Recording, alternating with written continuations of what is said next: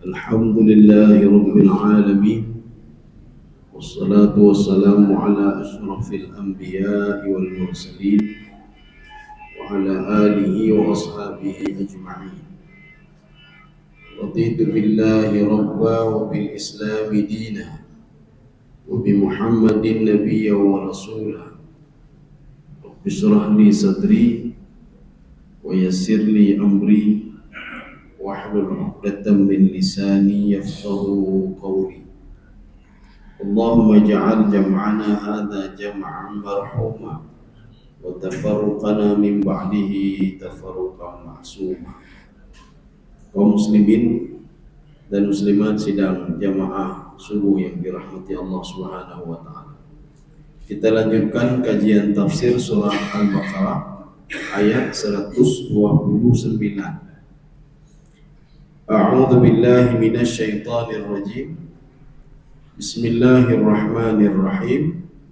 Rabbana wab'ats fihim rasulan minhum yatlu 'alaihim ayatika wa yu'allimuhumul kitaba wal hikmata wa yuzakkihim innaka antal azizul hakim.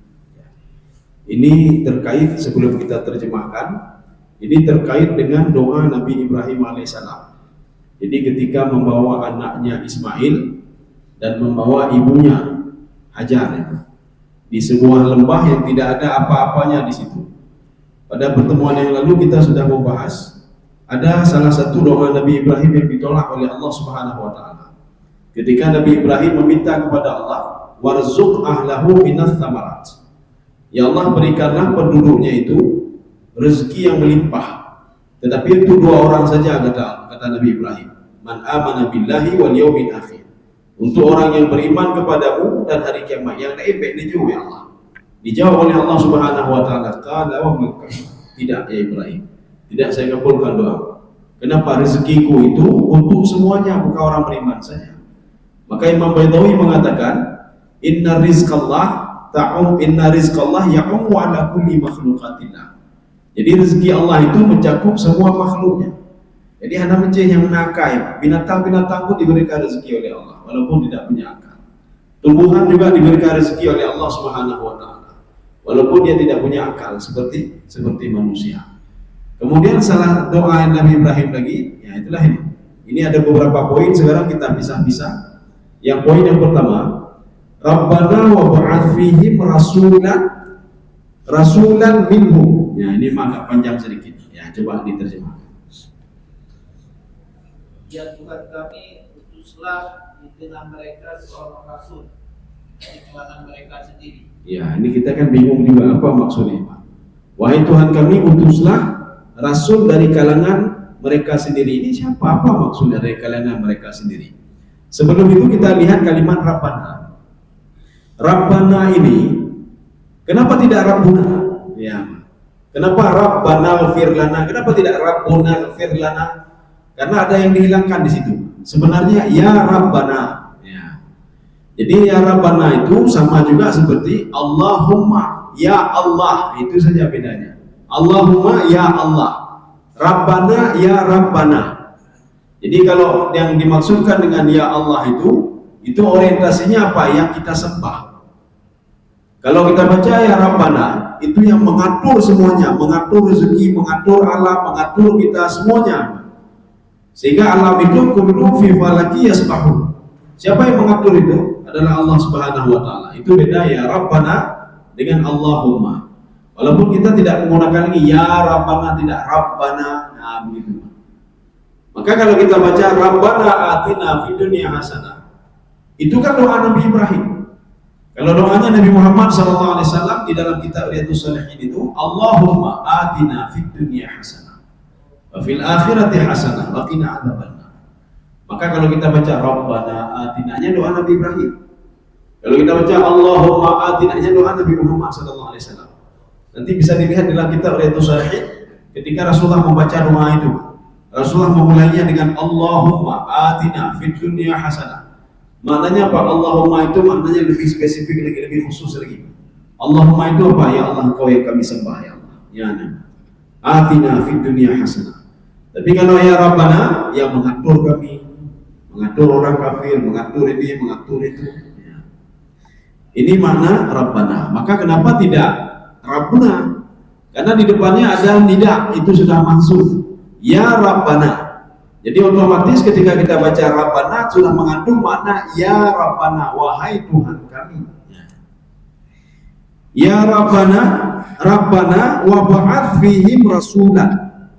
Kirimlah seorang nabi dari keturunan Ismail alaihissalam. Siapa kira-kira dari keturunan Nabi Ismail yang menjadi nabi? Nabi saja ada usahanya, Pak. Atau ada rasul? Tidak ada lain menjadi Nabi Muhammad SAW.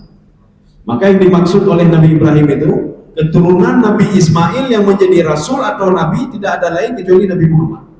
Karena begini, Nabi Ibrahim punya dua anak, Nabi Ishak sama Nabi Ismail. Dari Nabi Ishak itu lahir hampir 16 orang nabi dan rasul. 16 orang nabi dan rasul. Nabi Ishak sendiri bukan Bani Israel. Nabi Ishak punya anak Yakub. Yakub dipanggil Israel, bukan Bani Israel beliau Israel. Israel itu apa? Karena beliau suka jalan-jalan malam, berpindah-pindah. Tapi kalau di dalam bahasa Ibrani, Israel itu berasal dari dua kalimat Isra Ilohu. Isra itu adalah hamba, Ilohu adalah Tuhan. Itu dalam bahasa Ibrani. Maka kalau disebutkan Israel, maknanya apa? Hamba Tuhan. Kenapa mereka dikatakan Yahudi? Yahudi pecahan dari Bani Israel. Tatkala mereka pada masa Nabi Musa alaihissalam, maka muncul Yahudi pada masa Nabi Musa. Bukan salah satu anak Nabi Yakub namanya Yahuda, tidak. Yahuda itu cara Pak. Jadi anak Nabi 10 orang anak Nabi Yakub yang cara itu Yahuda, satu lagi Syamu'un, itu 2 orang. Yang merancang mau masukkan Nabi Yusuf ke dalam sumur itu mereka berdua. Walaupun umurnya masih yang paling tua Rubel, cuma hanat-hatnya Pak Ulem. Yang pintar itulah 2 tadi. Maka keturunan Nabi Yakub alaihissalam namanya Bani Israel, anak-anak Israel. Maka pada masa Nabi Musa alaihissalam itu Bani Israel itu mereka menyembah batu. Ketika itu apa kata Nabi Musa alaihissalam? Nanti kalau kalian sembah batu akan biasa, kami taubat, Kemudian setelah itu mereka tidak mau berpegang kepada Taurat. Nabi Musa mengatakan kalau tidak diazab oleh Allah, kami bertaubat. Maka makna Yahudi itu adalah konotasi negatif, adalah taubat. Taubat apa? Berbuat dosa, taubat. Berbuat dosa, taubat. Maka dipanggil dengan Yahudi. Kenapa dipanggil Nasrani? Itu dari kelompok mereka juga, Bani Israel. Dipanggil Nasrani itu adalah nisbah, itu pada masa Nabi Isa alaihissalam. Itu nisbah terhadap Nabi man ansari ilallah, siapa mau menolong saya? Siapa mau menyebarkan keyakinan ini, kata Nabi Isa alaihissalam. Akhirnya tunjukkan 12 orang. Nahnu ansarullah. Ansarul berasal dari kalimat nasara, ditambah ya menjadi nasrani. Ya. Jadi makanya Nabi yang dimaksud oleh Allah Subhanahu wa taala di sini, yang dimaksudkan doa di sini, Rabbana wa ba'ath fihim rasulan. Ya Allah, jadikan Ismail ini keturunannya menjadi seorang nabi dan rasul. Itulah nabi terakhir. Ya, nabi terakhir. Padahal kan sebelumnya kan belum lahir Ishak. Ishak kalau lahir loh, Ishak belum lahir lagi.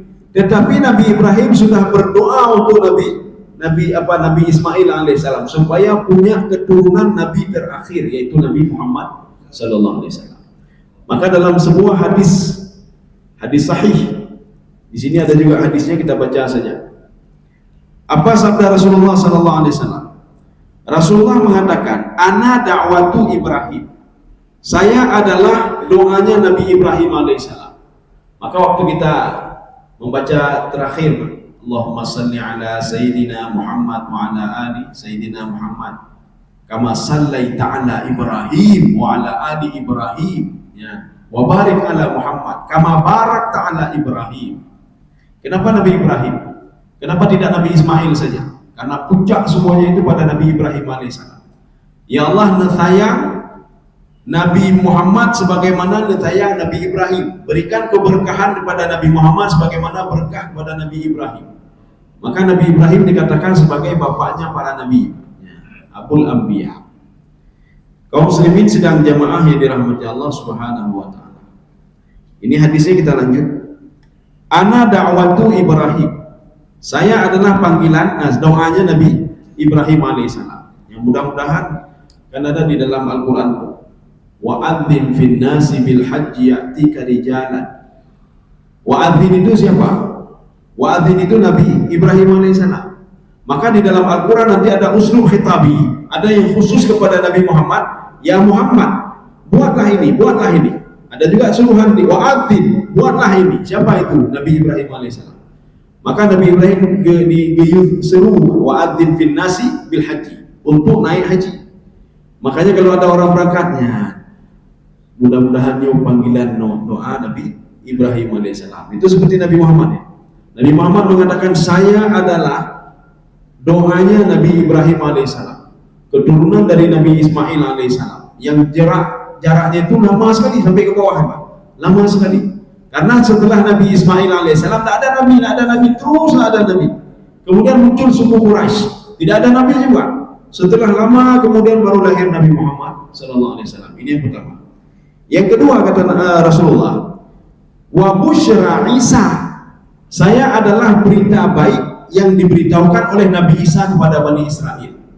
Apa kata Nabi Isa kepada Bani Israel? Wahai Bani Israel, ja'akum rajulur rasyid yurshidukum ilal haqqi yatakallamu bima yasma'. Ini kata Nabi Isa kepada Bani Israel. Wahai Bani Israel, ja'akum rajulur rasyid. Kalimat ini walaupun dalam bentuk past tense tetapi maknanya present. Kenapa demikian? Past tense dibuat dalam bentuk present di dalam bahasa Arab, maknanya tahqiq kejadian itu akan betul-betul terjadi. Ya, di dalam Al-Quran begitu juga. Ini dalam kaidah usul tafsir. Kalau kita menjumpai di dalam Al-Quran, kalimat itu untuk apa? Masa depan, tetapi dikemas dengan past tense. Ya, seperti surga, uiddat lil muttaqin. Surga itu dipersiapkan, kan past tense itu, Pak. Sedangkan surga itu kan masa depan itu. Maka di dalam kaidah tafsir menyebutkan, kalau seandainya cerita masa depan tetapi dikemas dalam bentuk past tense, itu maknanya tahqiq atau tahqiqul wuqu'. Kejadian itu akan betul-betul terjadi pada masa depan nanti. Ya, begitu juga Nabi Isa alaihissalam. Nabi Isa mengatakan, ja'akum rajulur rasyid, akan datang kepada kalian wahai Bani Israel. Karena Nabi Isa diangkat menjadi Nabi dan Rasul cuma 3 tahun, dakwahnya cuma 3 tahun saja, cuma 3 tahun. Sama seperti Nabi Yahya, jadi 3 tahun. Bedanya apa? Yahya itu adalah pamannya, sedangkan Nabi Isa keponakannya. Ja'akum rajulur rasyid, akan datang kepadamu seorang laki-laki yang memberikan petunjuk kepada kalian. Yurshidukum ilal haqqi, dia akan mengarahkan kalian kepada kebenaran-kebenaran. Maka Nabi mengatakan haqqi itu adalah Al-Quranul Karim, yang membenarkan Taurat, membenarkan Injil dan kitab-kitab samawi sebelumnya. Yatakallamu bima yasma'u, dia itu kalau ngomong, kata Nabi Isa alaihissalam, tidak sembarangan ngomong. Omongan dia itu apa yang dia dengar dari wahyu Allah Subhanahu wa taala. Ini busyra Isa. Satu lagi, wa ru'ya ummi. Ya, rupanya ru'ya ummi itu apa? Mimpi ibuku. Ya. Jadi ibu Nabi Muhammad sallallahu alaihi wasallam, Aminah, sebelum melahirkan Nabi Muhammad, apa kata ibunya ini? Ini bayi ini katanya, dia seperti bercahaya dan memberikan cahaya ke negeri Syam. Ya, memberikan cahaya ke negeri Syam. Negeri Syam itu yang mana? Itulah Palestina, Pak. Palestina, Yordania, Suriah. Itu yang dikatakan Syam itu. Jadi Syam itu 3 negara tadi. Jadi artinya ibunya bermimpi nanti anakku ini, dia ketika lahir memberikan cahaya sehingga menerangi kota Syam. Itu jarak antara Mekah dan Syam itu 900 km. Jadi kalau 900 km dari sini ke Medan 600, kalau pulang pergi di tengah-tengah ya. Setelah sampai Medan balik lagi terus atau kemari lagi. Nah, itu 900 km. Kaum muslimin sedang jemaah dirahmati Allah Subhanahu wa taala. Maka setelah lahir Nabi Muhammad sallallahu alaihi wasallam, perdagangan kan sudah mulai ke sana. Sebelumnya sudah mulai juga. Tetapi setelah itu kan makin pesat perdagangan.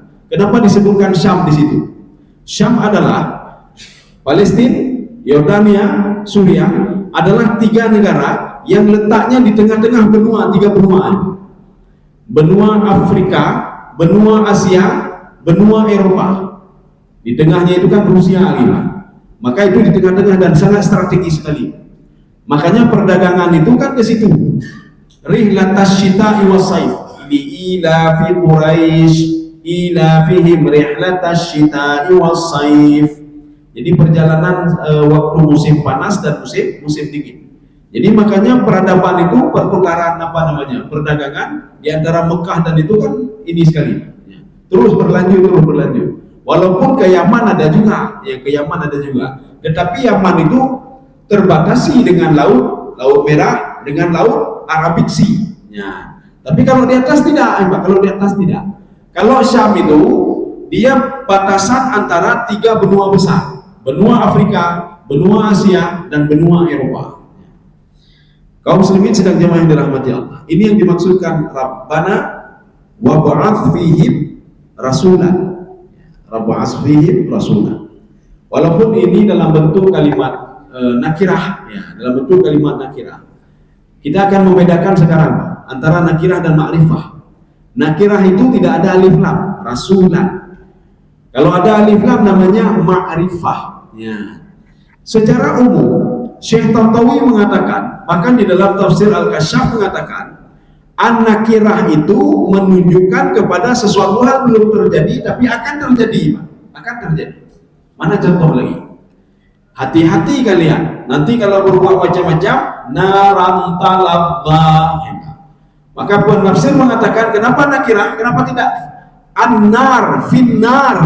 Itu ditahwin wa tahwif, untuk menakut-nakuti. Kejadiannya belum lagi, Pak, tapi untuk menakut-nakuti. Makanya naram talabba. Hati-hati pada neraka itu. Kalau tidak mau masuk neraka, sekarang beribadah terus. Kalau tidak mau nanti bagaimana dahsyatnya neraka itu, sekaranglah bertobat. Tetapi kalau di dalam Al-Quran kalimatnya finnar, itu sudah berada di depan neraka, Pak. Ya nampu ya bani ini, Pak. Itu kalau itu ceritanya memang cerita ketika sudah di yaumul qiyamah, ibadah tak bisa lagi, apa-apa tak bisa lagi. Nah, ini begitu juga. Laki-lakinya belum hadir lagi, Pak. Belum hadir, tetapi akan hadir nanti kata Nabi Isa alaihissalam. Jadi ini namanya lil busyra, kalau tadi lil tahwif. Jadi nakirah itu untuk menakut-nakuti. Kalau ini nakirah ini untuk memberikan kabar gembira kepada mereka. Sehingga Bani Israel memegang erat perkataan Nabi Isa alaihissalam. Terutama di dalam Taurat mereka juga mengatakan, nanti akan datang seorang laki-laki yang akan mengalahkan orang kafir itu. Jadi kalau disebutkan kafir-kafir Quraisy itu tidak ada lain, itu keturunan Nabi Ismail alaihissalam. Jadi makanya ketika mereka ribut, anak keturunan Nabi Ishak ribut dengan anak keturunan Nabi Ismail alaihissalam. Padahal dua-dua itu adalah cucunya Nabi Ibrahim alaihissalam. Yang karu tapi Pak. Gara-gara ribut itu selalu kalah keturunan Nabi Ishak, yang menang selalu keturunan Nabi Ismail alaihissalam. Keturunan Nabi Ishak itu banyak dari Bani Israel. Keturunan Nabi Ismail itu bukan Bani Israel. Keturunan Nabi Ismail ngomong bahasa Arab. Mana dalilnya? Di dalam kitab Al-Adab Al-Arabi Al-Qadim yang dikarang oleh Dr. Syauqi Dhaif. Apa kata beliau? Awwalu man sakana Makkah Ismail. Awwalu man takallama al-Arabiyyah Ismail. Orang yang pertama sekali tinggal di Mekah itu adalah Ismail. Yang pertama ngomong bahasa Arab adalah Ismail. Maka sampai sekarang keturunan Nabi Ismail ngomong bahasa Arab.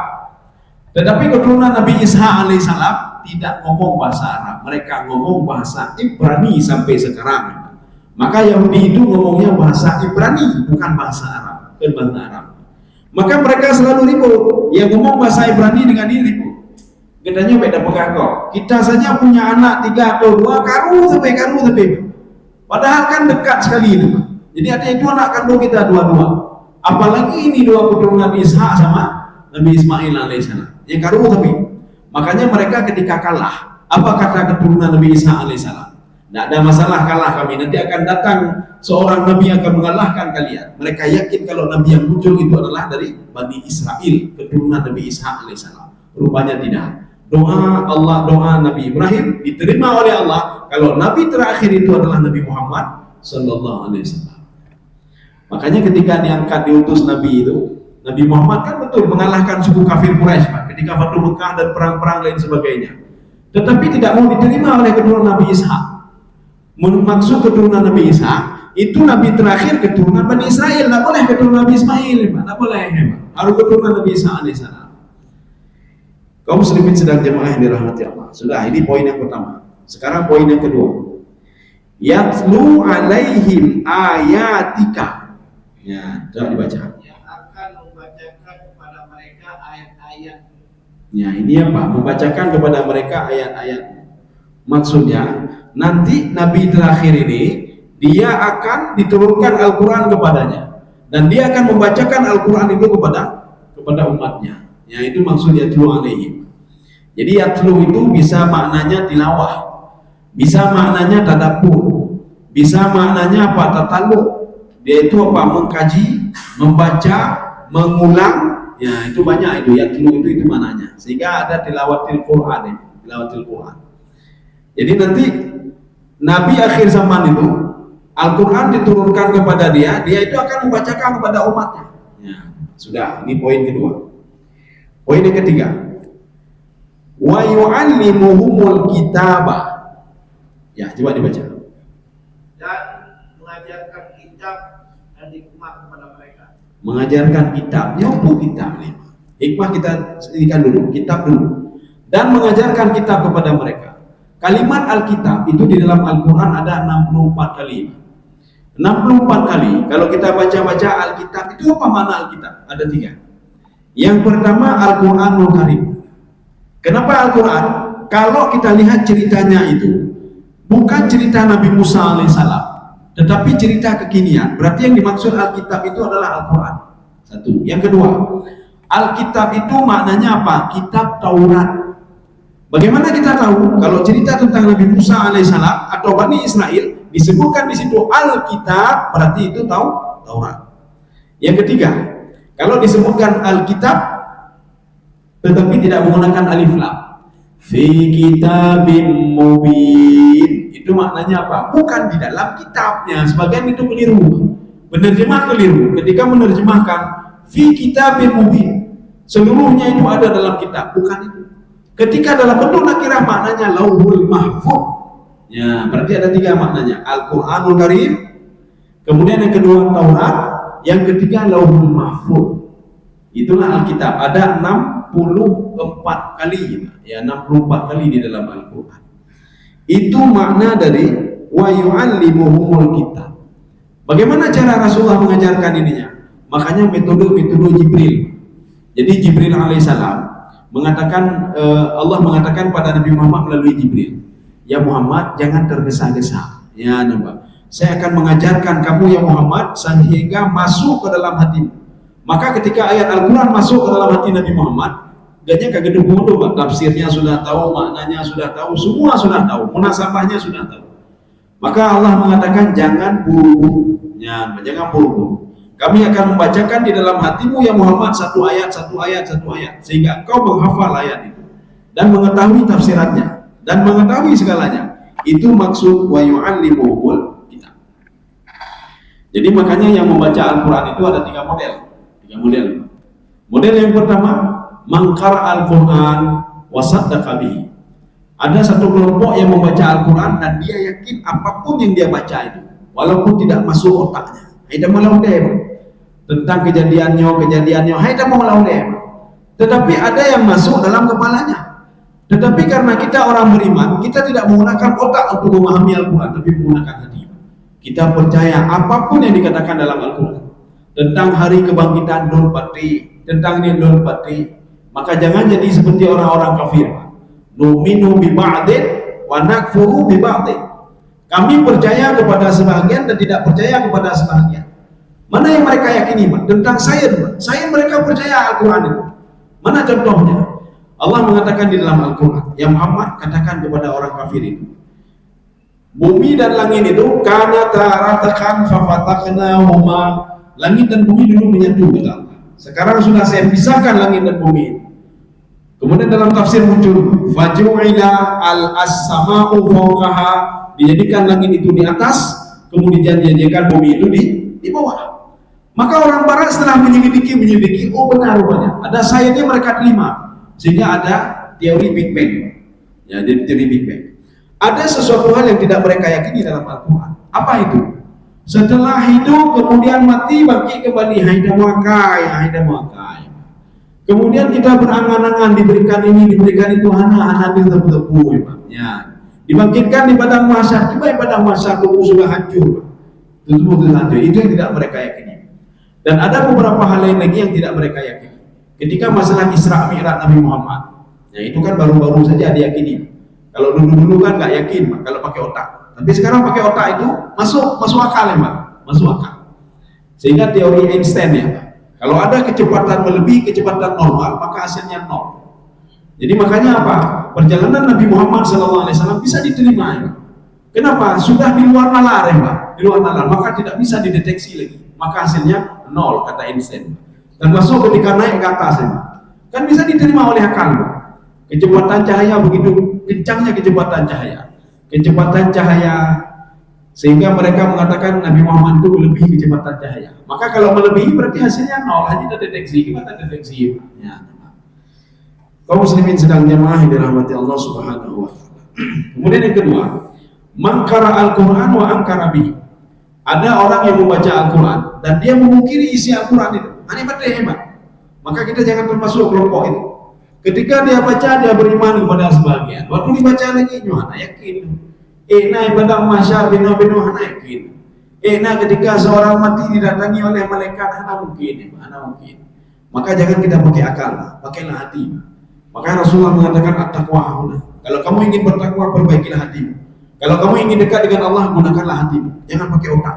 Pakai otak selalu kita tidak pernah ketemu. Tajak le masjid, pakai otak dia, ambil hotel, ya, dan mentedekah pakai otak, ambil pek, ya. Tapi kalau pakai hati, kita pergi ke masjid, alhamdulillah, maka mengerti, alhamdulillah dengan merit Allah, ya, Pak. Itu pakai hati, Pak. Apapun kejadiannya, kalau kita pakai hati, kita akan menikmati ibadah. Tapi kalau kita apapun kejadiannya kita pakai otak, maka segala sesuatu itu tidak nyaman, tidak enak. Hana mangat ya, Pak, tidak enak. Ibadah tidak enak, semua tidak enak. Ya. Kita lanjut. Oh ya, yang ketiga, mangkara Al-Quran. Ada orang yang membaca Al-Quran, ya'kulu minhu, cari makan mulai dari Al-Quran itu. Cari makan dia dari Al-Quran. Dia baca Al-Quran untuk cari makan dari Al-Quran itu, untuk bisa hidup dari Al-Quran itu. Maka Rasulullah mengatakan satu itu masuk surga, dua dilaknat, dua lagi dilaknat dan masuk ke dalam neraka. Yang dua tadi, yang baca Al-Quran dan mengukiri Al-Quran. Kemudian yang ketiga, orang yang baca Al-Quran untuk mencari makan dari baca Al-Quran itu. Jadi jadilah orangnya yang pertama. Ini maknanya wa yu'allimuhumul kitab wal hikmah. Hikmah itu apa? Kok bisa kita dapat sesuatu dari hikmah? Hikmahnya boleh. Kita sudah pernah mengajarkan beberapa bulan yang lalu, sudah pernah kita sampaikan. Kita ulang sekali lagi, Pak. Hikmah itu apa? Apa beda hikmah dengan ilmu nanti kan? Hikmah itu begini. Ketika seorang meninggal dunia, si A meninggal, datang si B, Pak. Si B ketika melihat si A, dia rujukannya apa? Dia lihat ke diri sendiri. Itu hikmah namanya. Ya. Karena ada orang ketika seseorang meninggal, dia melihat orang meninggal itu objeknya orang meninggal. Rumah sayang, kamu meninggal, ya nak perusahaan lihat, anu lihat lampu lihat, yang karuan lihat sayang dimulat. Itu orang tak punya hikmah namanya. Tapi ketika seorang meninggal dunia, kita orientasinya itu kita sendiri, Pak. Oh, menjodoh mati lagi yang gimana? Berarti ada hikmah sama dia. Ada hikmah sama dia. Contoh lain lagi, Pak. Ya, ini contoh yang sudah sering. Di depan kita ada kendaraan, Pak. Ya, biasa ibu-ibu ya. Hidupin sen nun wewi. Hidupin sen wewi. Ataupun hidupin sen wewi hana wewe depan juga dia. Orang yang punya hikmah, dia akan melihat, Pak, orientasinya bukan ibu itu tapi diri dia sendiri, Pak. Kekalian ada doa. Alhamdulillah ya, hana sama lagi kenyang. Alhamdulillah ya, Pak. Lu hana sama lagi. Tapi orang yang tidak punya hikmah, itu menaknya bibi ibunya.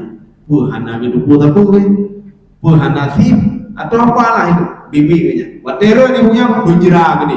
Ya, bunjira. Itu orang yang punya hikmah itu, Pak. Tapi orang punya hikmah orientasinya selalu diri dia sendiri. Mengunjungi orang sakit juga demikian. Ya Allah, menyulut sakit lagi ibadah Allah, ya Pak. Itu orang punya hikmah namanya. Tapi yang nggak punya hikmah berjeragok Pak. Nah itu punya hikmah. Seperti kita melihat ada di depan di samping kita itu balap-balap, balap-balap, tiba-tiba kecelakaan dia di depan. Ketika kita melewati dia, berjerak, bunuh kalau pegang, itu mati ini juga dia. Itu orang nggak punya hikmah. Tapi orang yang punya hikmah, alhamdulillah ya Allah, lu betul selamat ya Allah, ya Allah. Ini baik lagi di bulannya ya Allah. Itu orang punya hikmah. Jadi makanya Rasulullah SAW pernah berdoa untuk Ibnu Abbas. Apa doa Ibnu kepada Ibnu Abbas? Allahumma faqihu fiddin wa 'allimhu ta'wil, ya, wa tafsir wal hikmah. Empat yang Rasulullah minta. Ya Allah, ajarkan Ibnu Abbas itu faqihu fiddin, kekuatan spiritual dia, ya, untuk memahami sesuatu. Wa ta'wil, dan ajarkan Ibnu Abbas, tahu Ibnu Abbas buat kurun dia. Dan ajarkan Ibnu Abbas at-ta'wil, cara menyelesaikan sesuatu. Jadi artinya ada masalah, ada problem, dia bisa menyelesaikan problem itu. Wa tafsir, tafsiran sesuatu, tafsir apa saja itu, apakah Al-Quran dan lain sebagainya. Wal hikmah, ajarkan hikmah pada Ibnu Abbas. Apakah bisa doa ini? Ini kan doa khusus untuk Ibnu Abbas. Boleh ini kita sebagai orang tua berdoa untuk anak kita sendiri. Ya, ada berdoanya. Benar pokoknya Pak Anu kita nyuci berkah je mah.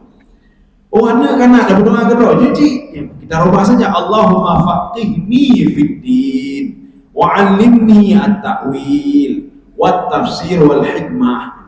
Atau kita berdoa untuk anak kita Allahumma faqihu fiddin, ya Allah berdoa ilmu kecerdasan spiritual ya Allah, bercerdas utak anda, bercerdas spiritual ya Allah. Ya. Ini maksud hikmah di sini. Sudah, kita lanjut poin selanjutnya. Wa yuzakkihim. Ya, coba dibaca. Sungguh engkaulah yang Tidak, atrek ke belakang sedikit. Dan mensucikan mereka. apa maksud mensucikan mereka? Begini Pak. Kita ambil tafsir Ibnu Abbas saja. Tafsir Ibnu Abbas apa? Wa yuzakkihim wa yu'allimuhum at-ta'ata wal ikhlasa lillahi ta'ala. Kamu mengajarkan kepada umatmu bagaimana cara taat, bagaimana cara ikhlas beribadah kepada Allah. Itu maksud yuzakkihim. Ya, jadi kan membersihkan jauh dan memilih yang Pak. Makanya Rasulullah mengajarkan apa? Bagaimana supaya harta itu bisa membersihkan diri, bersedekahlah kamu. Bagaimana harta itu bisa bersih kembali, ya Pak. Berbayar zakatlah kamu supaya clean Pak. Tetapi Rasulullah mengatakan, ini hadis ini juga ada dikutip oleh Imam Al-Ghazali dalam kitab beliau Ihya Ulumuddin. Kalau ada orang korupsi ingin membersihkan hartanya, ya dan orang korupsi, abe cok harta kok abe cok, dan dia berniat apa? Ini kita sedekah saja supaya bersih harta. Kita bantu masjid. Jadi ke korupsi ada kok triliun bersih. Nyok tajuk ke masjid dia tertujuta, dia tertujuta supaya geli hartanya. Apa kata Rasulullah? Tidak akan pernah bersih harta korupsi walaupun dia bersedekah. Maka ibarat seorang yang korupsi punya orang lain kata Rasulullah dan dia bersedekah sama seperti seorang yang tubuhnya kena najis kata Rasulullah dan dia mandi dengan air najis itu lagi. Maka tidak ada solusi Pak. Ada solusi. Bagaimana solusinya? Baik korupsi lagi maaf Pak kau. Jadi baik apa pilih harta ya Pak. Ya pilih harta dengan penajingan bersedekah ya Pak. Ya, dengan sedekah. Maka kalau orang-orang bersedekah kita tanya, "Duh nyempeng pule, baik sampai kamu anak-anaknya." Nyempeng pule. Menyempeng korupsi dong baik dia juga ya me juga dia Pak. Jadi apa pilih dong dia bantu masjid dan lain sebagainya. Itu maksud wa yuzakkihim. Makanya Rasulullah SAW juga diperintahkan oleh Allah, khudh min amwalihim sadaqatan tutahhiruhum wa tuzakkihim biha. Ya Muhammad, beritahukan kepada mereka kalau zakat itu wajib. Ambil zakat dari mereka. Untuk apa zakat itu? Lu wajib kedraw katanya apa? Maka orang yang memahami hakikat zakat itu dia akan nikmat dengan memberikan zakat itu. Kenapa? Tutahhiruhum, bisa mensucikan hati dia, membersihkan hati dia, menenangkan jiwa dia. Dan juga bisa membersihkan hartanya. Apa maksud membersihkan harta? Keberkahan. Kita kan cari berkah sekarang, bukan cari banyak ya Pak. Kita ulang lagi Pak, ada kisah murid Imam Syafi'i. Ketika mendatangi Imam Syafi'i, wahai tuan guru, gaji saya 5 dirham, nggak cukup tuan guru. Hafif 5 dirham gaji lu. Maksud muridnya tadi apa? Mungkin ada ridron, baju, ada mah baju dari ridron. Kita kan biasa begitu Mas, selalu mengeluh Mas. Perempuan anak mengeluh pun, padu gaji sekian, oh kamu. Ketika menerima gaji, hantim gaji, mengeluh sampai hantim gaji. Rupanya murid Imam Syafi'i melapor ke Imam Syafi'i. Wahai Tuan Guru, saya bekerja di sebuah tempat, gaji saya 5 dirham, tidak cukup Tuan Guru. Apa kata Imam Syafi'i? Oh, mudah sekali itu. Senang sekali rupanya muridnya. Dia pikir Imam Syafi'i mau memberikan tambahan duit. Oh, begini saja. Kamu tidak cocok gajimu 5 dirham. Betul Tuan Guru, tidak cocok Tuan Guru. Nah, jadi kalau tidak cocok, gajimu berapa? 5 dirham. Kembalikan 1 dirham kepada Tuan Guru. Nah, Tuan Guru, hanya memakai Tuan Guru. Ngedama, sampai nepukul, kamu dengar saya dulu. Kasih 1 dirham pada Tuan. Akhirnya hijau 1 dirham dengan sangat berat sekali. Bulan selanjutnya gajinya kan 4 dirham. Datang lagi mengeluh, wahai Tuan Guru, nyobi hansip Tuan Guru. 5 dirham hansip belau ke dirham Tuan Guru. Apa kata Imam Syafi'i? Ambil 1 dirham lagi, kasih kepada Tuanmu lagi. Ya Tuan Guru, tidak masuk akal Tuan Guru. Kamu dengar saya dulu, kata Imam Syafi'i. Akhirnya gaji dia 3 dirham. Selama itu dia tidak pernah ketemu lagi sama Imam Syafi'i. Sudah lama sekali tidak pernah ketemu. Ketika ketemu, dia cium tangan Imam Syafi'i. Apa kata muridnya? Wahai Tuan Guru, saya merasa heran. Kenapa 5 dirham tidak cukup? Kenapa tidak 3 dirham cukup? Selama ini saya cukup dengan 3 dirham itu Tuan Guru. Kenapa 5 dirham tidak cukup?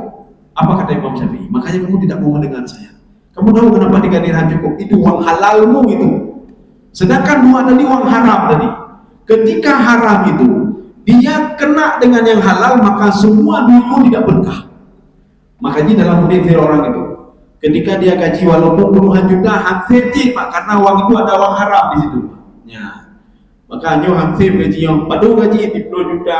Jadi padu saya 15 juta. Ada itu 15 juta, tahun depan hampir padu tambah 20 juta. Tetap tidak ini. Maka kalau ada kita seperti itu, kita bertanya dulu, dalam gaji kita ada uang haram kan? Walaupun cuma Rp1.000, menyangka mefili ngempeng hali, maka semua tidak berkah. Kita kan mencari keberkahan. Ada sedikit tapi berkah. Udah apa yang lebih nak berkah bang? Udah tutah tapi bang, karu tapi yang tetangga, karu tapi yang inang bang. Ribut selalu duit banyak, kumpul bang, karu tapi bang.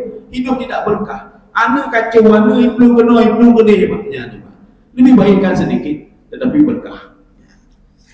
Kaum muslimin sedang jemaah yang dirahmati Allah. Kita tutup ayat ini.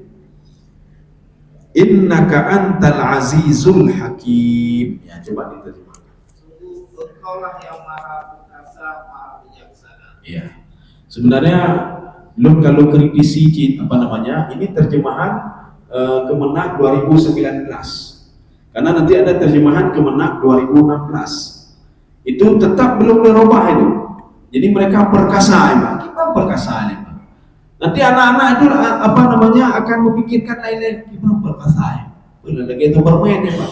Jadi macam-macam mereka berpikir Pak. Makanya aziz itu di dalam tafsir diungkapkan apa? La yatakhallaf alaihi ahad. Tidak ada yang bisa mendahului kebijakan Allah Subhanahu wa taala. Tidak ada yang bisa mendahului azab Allah Subhanahu wa taala. Tidak ada yang bisa merubah rezeki Allah Subhanahu wa taala. Ini maknanya Al-Aziz. Jadi kalau diterjemahkan langsung disebutkan perkasaan. Gimana perkasaan? Itu kan membawa kalimat-kalimat Makanya itulah bedanya terjemahan dengan tafsiran. Nanti ketika di negara lain itu diterjemahkan lain lagi Pak, menurut apa yang kebiasaan mereka. Ya, di negara lain diterjemahkan lain lagi. Oh aziz menurut kami begini, ya kayak diterjemahkan begini. Maka kita tidak boleh berpegang teguh pada terjemahan tadi. Makanya ada satu lafaz itu memang tidak bisa kita terjemahkan ke dalam bahasa kita Pak, tidak bisa. Harus kita lihat apa Al-Aziz sebenarnya. Maka Al-Aziz itu dalam tafsir la yatakhallaf alaihi ahad. Maksudnya apa? Ketika Allah sudah membuat satu keputusan itu tidak bisa berubah. Makanya kita tidak perlu takut. Ya kita takut, dia adalah Allah Pak. Kenapa? Kalau keputusan Allah berubah kepada kita, apa hidayah Allah? Maka jangan takut kepada iblis, kepada syaitan yang ini macam-macam dengan kita. Apalagi kepada si fulan dan lain sebagainya. Yang dipulang pecat kita yang pecat kita ar-razzaqu Allah, pemberi rezeki adalah Allah. Itu makna Al-Aziz di sini. Aziz itu mencakup artinya apa? Azab begitu juga. Ketika azab itu saya berikan pada satu kampung, Jibril pun tidak bisa menghalangi itu. Ya, malaikat pun tidak bisa menghalangi itu. Siapapun tidak bisa menghalangi itu. Jadi maka yang kita takuti, itulah yang menciptakan iblis. Yang katanya ya ke iblis ya ke Allah Pak. Iblis sendiri mengatakan inni akhafullah, saya takut sekali kepada Allah Subhanahu wa taala. Kan ironis sekali, masa kita nyoyo ke iblis, sedangkan iblis takut kepada Allah Subhanahu wa taala. Dan kita tidak pernah takut kepada Allah. Yang takut ke iblis, Pak. Nyonya di guna-guna pergi banjaran, nyonya iblis dan mau nyonya banjaran. Oh ya ke iblis deh, Pak. Mintalah pertolongan kepada yang menciptakan iblis itu sendiri. Ya, Pak. Itu Allah Subhanahu wa taala. Dan dia sangat takut sekali kepada Allah Subhanahu wa taala. Itu makna Al-Aziz, Pak. Jadi Al-Aziz itu la yatakallab alaihi ahad. Tidak ada yang bisa mengalahkan kebijakan Allah Subhanahu, merubah kebijakan, merubah azab dan lain sebagainya, tidak bisa. Cuma nanti Allah ada mengatakan dalam Al-Quran, azabku bisa berubah dengan dua cara. Bukan mereka tidak ada hubungan dengan mereka, Pak. Ada dua cara. Ini dalam surah An-Nisa nanti, Pak. Ma yaf'alullahu bi'adzabikum, azabku bisa saya rubah kata Allah. Enggak jadi saya azab kata Allah. Contoh nanti ada pagi-pagi ini ada satu kampung yang ingin dihancurkan oleh Allah Subhanahu wa taala melalui Jibril. Tetapi tidak jadi gara-gara dua hal. In syakartum, rupanya ketika sebelum turun azab, kalian itu bersyukur kepadaku. Apa maksud bersyukur? Kalian teringat kepadaku. Yang kedua, aman tuh. Kalian kalau di sini beriman artinya. Makna yang kedua apa? Kalian bertaubat kepadaku, minta maaf. Maka orang yang minta maaf dan orang yang teringat kepadaku, azab yang akan aku turunkan tidak jadi, Pak. Tetapi kalau azab itu sudah dekat, tidak bisa lagi, Pak. Harus dapat azab itu, Pak. Ya, harus dapat azab. Kalau kata Syekh Tatawi, Pak, wajib al-adab. Azab itu wajib untuk mereka, Pak. Memang harus. Bahkan karena penyakit itu harus ditarik emang, Pak. Walaupun sakit ya, Pak. Omanya sakit harus ditarik penyakitnya. Nah, demikian pula begitu. Penyakitnya harus ditarik supaya tidak menyebar. Ini seperti pohon mangga kita atau pohon apa saja naik parasit di situ, Pak. Memang omanya takoh penajihan parasit kan sayang. Ya walaupun sayang ini panjang Pak ya. Ayah Pak secara paksa. Ini kata saya tahu wajib Pak. Saya rasa cukup sekian. Nawur. Ya. Mudah-mudahan ada manfaat ya bagi tuan dan jemaah sekalian. Subhanakallah wa bihamdika, asyhadu an la ilaha illa anta, astaghfiruka wa atubu ilaik. Assalamualaikum warahmatullahi wabarakatuh.